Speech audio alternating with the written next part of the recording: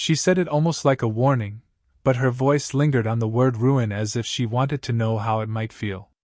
I shouldn't have been that close. She was leaning against the kitchen counter, wine glass balanced in her hand, light from the hanging lamp soft against her face. Mid-40s, too composed for someone like me, and yet, her eyes caught mine with the kind of calm that makes silence heavier than words. I had no excuse to touch her. None. Still, my fingers brushed the edge of the glass when she offered it, skin meeting skin for the briefest second. The glass trembled, but not from her hand. From mine. She smiled, not wide, not careless. Just the faintest curl of her lips, like she noticed everything I wasn't saying. I shouldn't even be here, I murmured. It wasn't the truth. I wanted to be there. Every second with her was deliberate. Then why are you? She asked, tilting her head. Her tone was playful, but her shoulders weren't relaxed. She was standing straighter than she needed to, back rigid, as if reminding herself of boundaries that no longer felt steady. I didn't answer right away. I just watched her fingers tap against the stem of the glass, small, nervous beats betraying what her voice tried to hide. The room was too quiet. A clock ticked somewhere. Outside, faint traffic hummed in the distance, but in that kitchen, the air felt closed in, stretched thin between us. I leaned against the opposite counter, careful, almost formal. Because every time I tell myself I'll leave, I end up closer instead. Her laugh was soft, almost exasperated, like she didn't know whether to scold me or let me keep going. You're young. She said it as if it explained everything. As if it should end everything.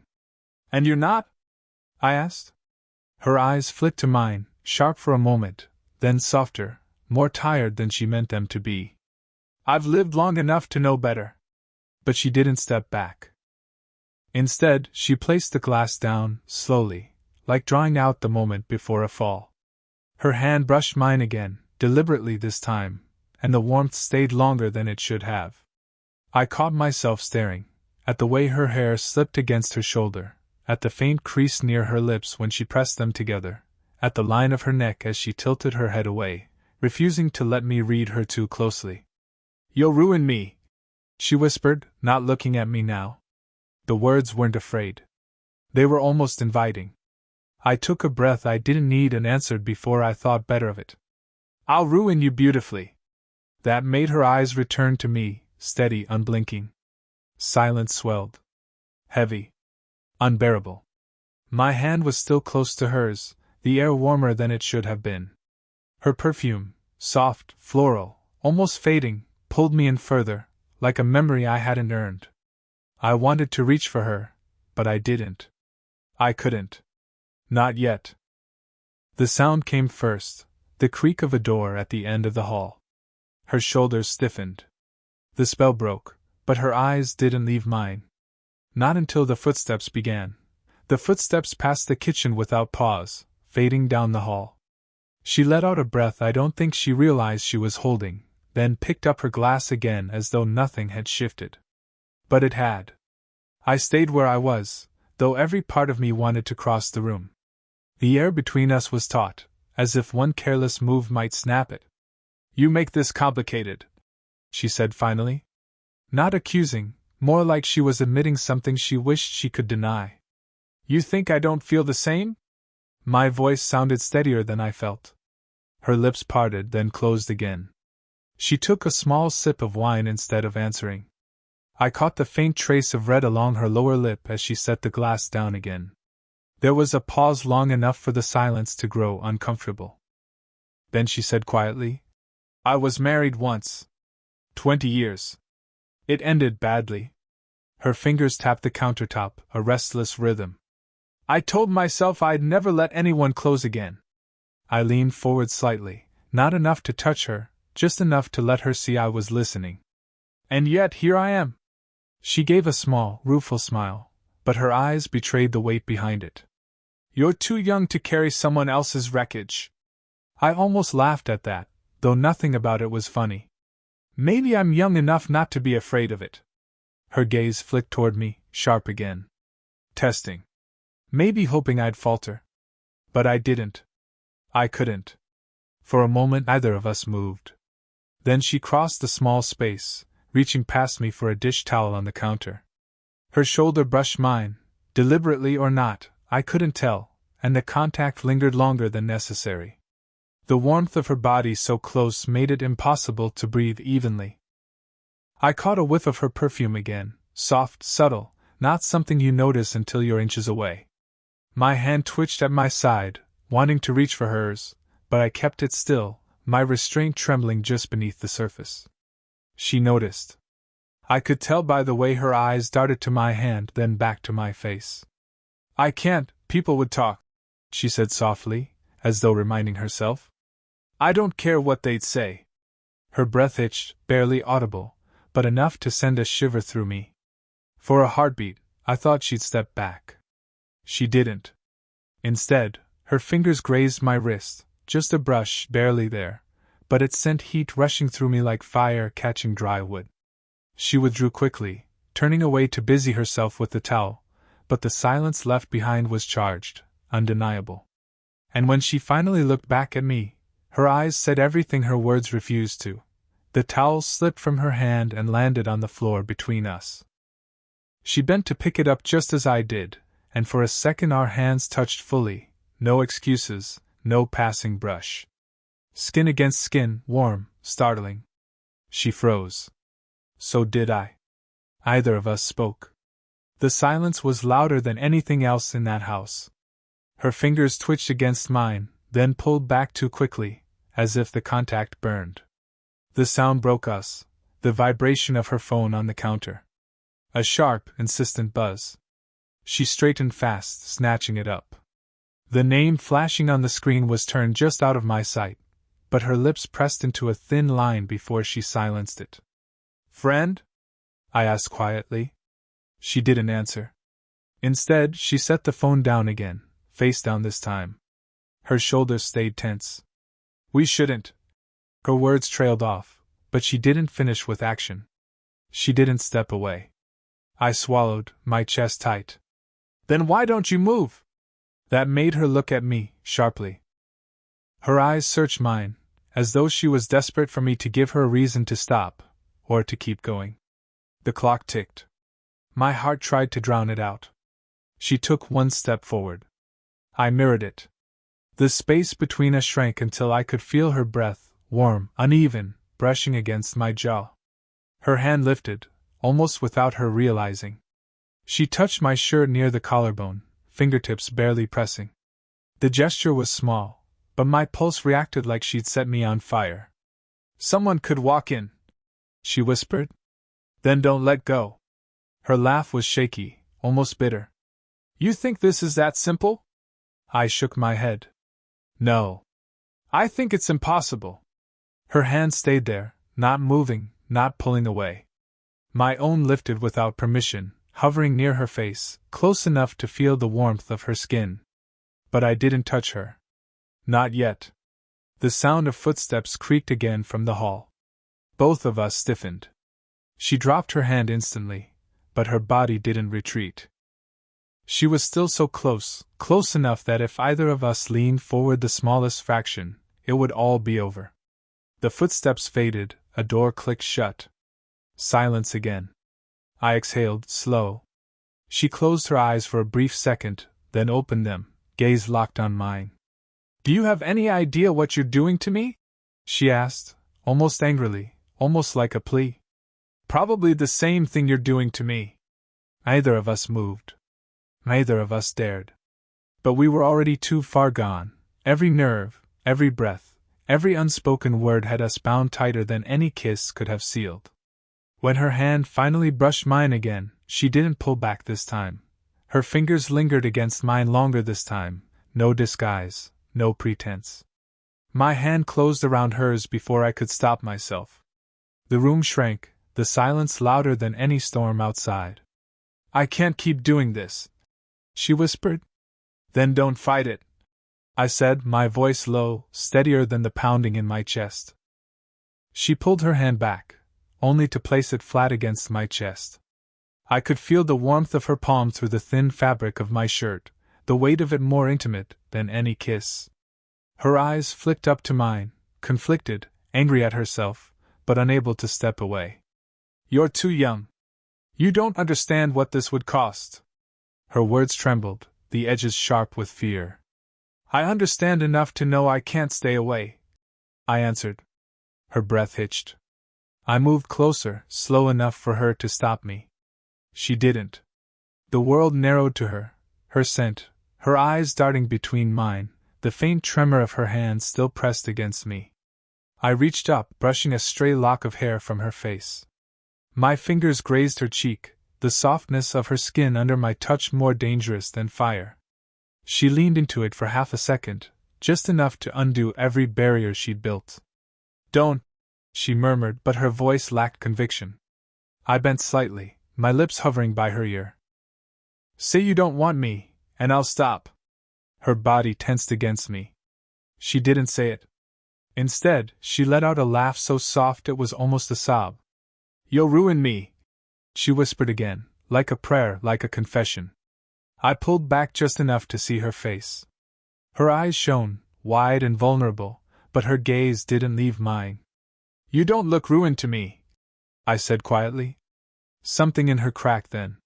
She gripped the front of my shirt, pulling me closer until I felt the warmth of her body pressed against mine. My arms circled her waist before I could think, holding her, afraid she'd vanish if I let go. Her forehead rested against my shoulder. Her breath was hot, uneven. "This is madness," she muttered. I tilted my head down, lips inches from her temple.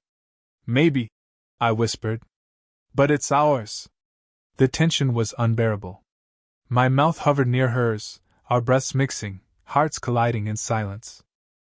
Her hand slid up my chest to the side of my neck, holding me there, on the edge of no return. Her lips parted, trembling, and I was one breath away from closing the distance. And then, the door clicked open. We froze, still entangled, too close, too obvious. A voice called from the hall. "Are you two still in there?" Her eyes widened, panic flashing through them, but she didn't move away. The voice from the hall lingered in the air like smoke, curling between us.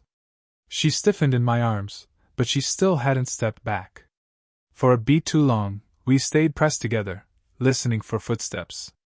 None came. Finally, she tore herself free, not gently, but with the sharpness of someone yanking out a blade before it sinks too deep. She grabbed her phone from the counter and held it like a shield. "I can't." Her voice cracked, softer than she meant. "You already are," I said before I could stop myself. She spun on me then, eyes blazing, not with anger but with something far messier.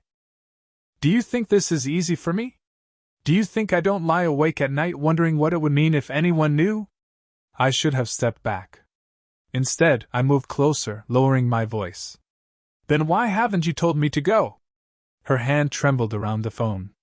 She pressed it to her chest like she could smother the truth inside.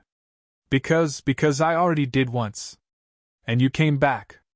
The words hit harder than I expected. My breath caught. "You tried to end this before?" She didn't answer right away. Her silence was its own confession. She looked down, shoulders tense, and when she finally spoke, her voice was nearly broken. "I told myself it was nothing. That I could ignore it. That I could ignore you. But you—" She cut herself off, shaking her head. "You keep showing up in places I swore I'd closed off forever." Her body betrayed her words. She brushed past me to set her glass in the sink, but her arm grazed mine, leaving heat behind like a brand. She lingered there, her back to me, breathing too hard for someone trying to sound in control. I wanted to reach for her again. Instead, I asked the question that had burned in me since the beginning. "Did you mean it, what you said? That I'll ruin you?" Her shoulders rose and fell. She turned slowly, and I saw the truth written on her face before she whispered it. "I meant it because you already are." The room tilted. She leaned against the counter for balance, her knuckles pale as she gripped the edge. My heart hammered against my ribs, not from triumph but from the weight of what she'd admitted.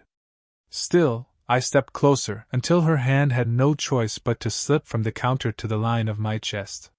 She didn't push me away. Her touch trembled, hovering more than holding. I should stop, she said, voice breaking. Then stop. My words were steady, but my breath wasn't. Her eyes lifted to mine. Wide. Cornered. Longing. She didn't stop. Instead, she tilted her face toward me, slow, inevitable. The last barrier between us was a single breath. Her face tilted toward mine, so close I could feel the faint tremble in her breath. Every wall she had built, every excuse, every whispered warning was collapsing between us. If we do this, she whispered, there's no undoing it. I swallowed hard. My hand lifted to her cheek, thumb grazing the line of her jaw. Then let it happen. Her lips parted, not in protest, just a shaky exhale, fragile and dangerous. For a second, I thought she'd step back, reclaim the distance. But she didn't. Her hand pressed harder against my chest, not to push me away, but to hold me there, as if anchoring herself. Her forehead brushed mine, the softest contact, but it carried more weight than a kiss. The air between us was unbearable, saturated with everything unsaid. You're too young, she murmured again, though it sounded more like she was reminding herself than warning me. And you're too beautiful to hide from, I whispered back. A small sound escaped her throat, half laugh, half sigh. Her fingers slipped from my chest to the back of my neck, trembling as they found their place there. That was all it took. I leaned in, closing the final inch. Her lips met mine in a hesitant press, a kiss that wasn't meant to happen, but had been inevitable from the start. It wasn't polished or careful, it was messy, uneven, desperate. The kind of kiss that came from holding back too long. She gasped against me, her hand fisting lightly in my shirt. I held her face, afraid she'd vanish if I let go. The world outside that kitchen dissolved. No footsteps, no phone calls, no judgments, only the heat between us, the quiet surrender of two people who should have walked away but didn't. When we finally broke apart, she kept her eyes closed, her lips still brushing mine as she whispered, God help me. I smiled against her mouth, though my chest ached. He's not the one kissing you. That made her laugh, a soft, broken sound, and she pulled me back to her lips, fiercer this time, as if punishing herself with every stolen second. But then she stopped. Just like that. She pressed her forehead to mine again, breathing hard, her voice barely a thread. This changes everything. I didn't argue. I only nodded, still holding her, still memorizing the warmth of her body pressed to mine. Good. Let it. She opened her eyes then, searching me, as if to see whether I understood what we'd just done. I did. And so did she. There was no going back. Whatever we were, whatever rules we'd broken, whatever fear would come tomorrow, we stood there knowing one truth with absolute clarity. We had crossed the line. Together. For a long moment after either of us spoke. The kitchen felt smaller, as if the walls themselves were holding their breath, waiting for one of us to shatter the silence.